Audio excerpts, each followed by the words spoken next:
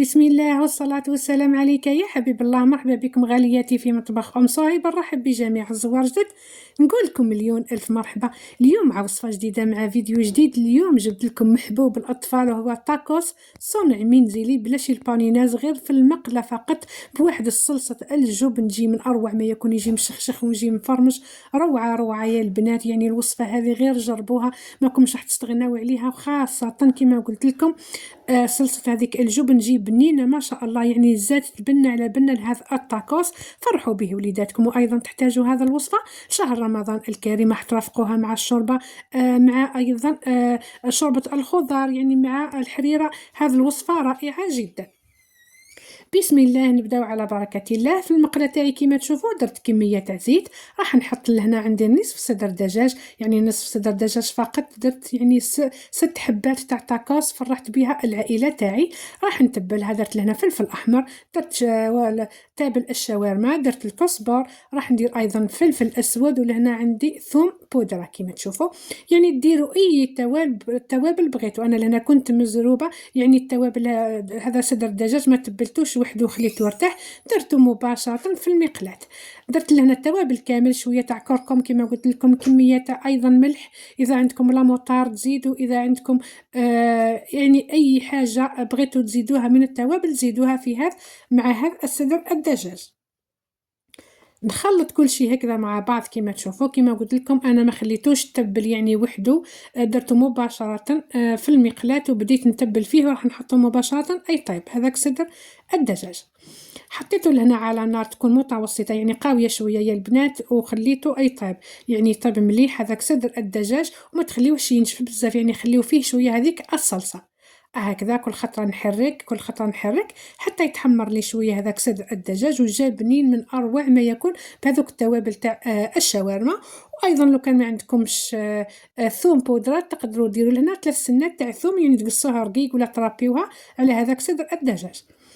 لهنا لاحظوا، لهنا راهو طاب، يعني راح نحيه من المقلاة ونخلي هذيك الصلصة اللي فيه هكذا، ونخليه يبرد على جهة هكذا كما تشوفوا. يعني وصفة سهلة جدا، بلا شي ما نحط هذاك صدر الدجاج في التوابل ونمارينيه ونخليه على جهة مدة ساعة أو ساعتين. درت أنا كل شيء في المقلاة ضربة واحدة، نخليه يبرد مليح. ونمر الآن لصلصة الجبن. صلصة الجبن لهنا واش نحتاج فيها؟ نحتاج فيها لهنا درت لهنا 2 كيسان تاع حليب، وراح ندير لهنا ملعقة كبيرة تاع نشاء، راح ندير أيضا نصف ملعقة كبيرة تاع زبدة بهذه الطريقة، وراح نزيد حبة تاع بيض، يعني حبة تاع بيض كاملة، يعني وحدة فقط هكذا. ونخلط مليح كل شيء بارد في بارد.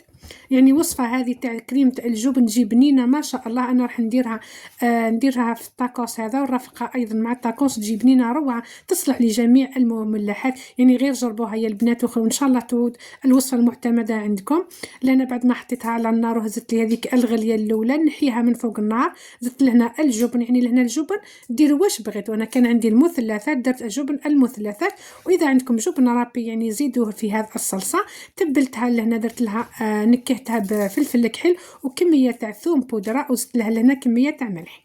نخلط كل شيء هكذا ونخليها حتى هي تبرد في صحنة وحدها.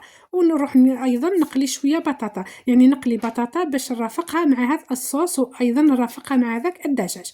هذه هي كريمة الجبن، جات من أروع ما يكون، جات يعني اللون تاعها رائع جدا، وجات حريرية روعة روعة. هذه كريمة الجبن يا البنات، وهذا صدر الدجاج اللي كنت خدمته يعني معكم. وهذا عندي لهنا شوية تاع الجبن المبشور هذا، وعندي قليت لهنا كمية تاع بطاطا يعني على حسب أفراد العائلة. وعندي لهنا التاكوس، يعني خبز تورتيلا، أنا شريته يعني جاهز من المحلات كما تشوفوا. يعني يجي هذا التاكوس روعة روعة. هذا الخبز أيضا يجي ما شاء الله، يعني ما يتكسر ما يتفتت ما والو، يجي طري من أروع ما يكون. يعني تقدروا ديروا أي ماركة عندكم، وتقدروا أيضا ديروا التاكوس صنع منزلي. لاحظوا هنا أخواتي كيفاش طري ما شاء الله، كيما تصرفي فيه يعني ما يطبق ما يتكسر ما والو. هذا هو. يعني العلبة هذه فيها 10 يعني حبات، يعني جاو متوسطين الحجم تاعهم، ما جاوش كبار وما جاوش ايضا صغار. اذا بغيتوهم ديرهم لي تاكوس صغيرين او مثلثات تقسموا كل حبه على 2. لهنا درت صلصه الجبن، لهنا درتها في القاعده. بعد ذلك راح نحط لهنا كميه من هذاك صدر الدجاج اللي كان طابلي وابرد لي هكذا. بعد ذلك راح نزيد له البطاطا، تقدروا ديروا له البصل، تقدروا ديروا له هريسه، تقدروا ايضا ديروا السلطه طماطم كيما بغيتوا. انا ولادي ما يحبوش يعني السلطه والطماطم تاع الحب في تاكوس، ولي درت لهم غير صدر الدجاج والبطاطا كما تشوفوا. راح نزيد نشمخو مليح بهذيك صلصه الجبن بهذه الطريقه، ونزيد لها الجبن المبشور باش تجيني مشخشخه مفرمجه هذاك التاكوس، ونغلقها عادي جدا. انا لهنا راح نديرها على شكل مربع، تقدروا ديروها كما قلت لكم مستطيلات، تقدروا ايضا ديروها على شكل مثلثات كما بغيتوا. والحاجه المليحه في التاكوس هذا يعني سريعا تخدموه، يعني بلا شي بانيناج، غير في المقله فقط ديروا هذا التاكوس. راح نزيد معكم لهنا الان الحبه الثانيه بنفس الطريقه. تقدروا لهنا في البدايه ديروا الهريسه، وديروا بعد ذلك لهنا ديروا كريمه الجبن، ونزيد لهنا صدر الدجاج كما تشوفوا. يعني تحبوا تكثروا تحبوا تزيدوا كيما بغيتوا ديروا هكذا. كما قلت لكم انا ولادي يحبوا غير بالبطاطا والدجاج فقط والفرماج، درتو كما بغاوه، وانتم تقدروا تزيدوا اي اضافه انتم بغيتوها. نزيد لهنا صلصه الجبن بهذه الطريقه، تجي ما شاء الله التاكوس هذا ما يجيناش ناشف، يجينا مشمخ يعني روعه. زدت لهنا الجبن المبشور، ونغلق الحبه تاعي عادي جدا. يعني كامل نعرفوا كيفاش نقفلوا الحبه تاع التاكوس. لاحظوا يعني الورق هذا نتاع التاكوس نصرفوا فيهم كيما بغينا، ما يتفتحوا ما يتفتتوا ما والو. كملت انايا درت 6 حبات، يعني لهنا درت 6 حبات كما تشوفوا هكذا.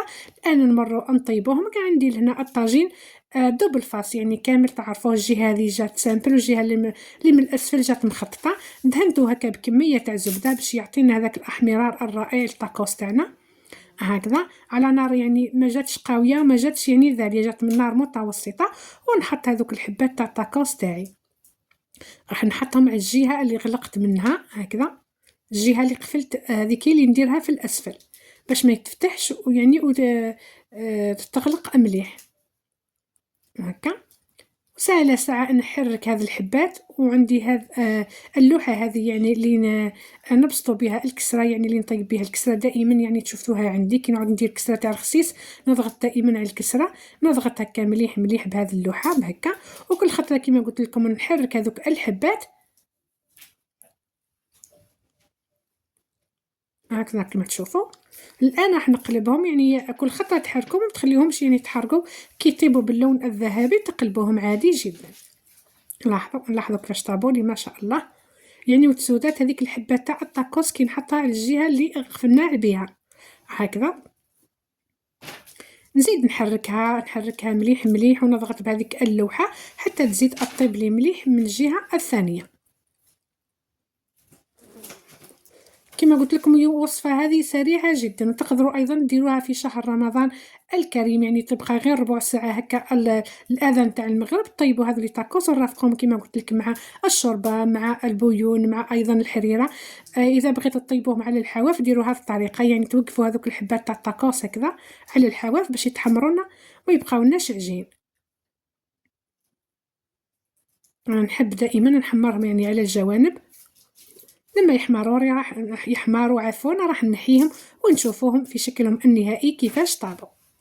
لهنا غاليات هذوما الحبات طيبتهم ما شاء الله طابوا بواحد اللون رائع جدا. لاحظوا حمرتهم حتى على الحواف، جاو مفرمجين جاو مشخشخين، هذيك الحشوه ما خرجتش منهم، جات روعه. لاحظوا حبيباتي راح نقسم معكم لهنا حبه وتشوفوها. رافقت هذا الطاكوس مع هذيك الصلصه تاع الجبن اللي كنت خدمتها معكم. هذه الصلصه رائعه جدا، غير عودوا خدموها يعني اعتمدوها في وصفاتكم، راح تعطيكم نتيجه من اروع ما يكون. وراح تنسوا جميع الوصفات وتعتمدوا غير هذه الوصفه تاع صلصه الجبن. راح نقسم معكم لهنا حبه وتشوفوها في شكلها النهائي. كما قلت لكم انا ما حشيتهاش بزاف بمكونات بزاف، درت غير البطاطا والدجاج والجبن فقط، وبصلصه الجبن هذيك جات روعه. لاحظوا اخواتي نتمنى غالياتي الوصفة تاعي تاع نهار اليوم عجبتكم واستفدتوا منها وهزيتوا ولو فكرة بسيطة فقط. إذا شفتوا الفيديو تاعي يستاهل الجام ما تبخلوش عليا جام للفيديو وبارطاج مع أحبابكم وأصدقائكم، ونقول لكم مع السلامة في أمان الله تعالى. نتلاقاو إن شاء الله في فيديو قادم.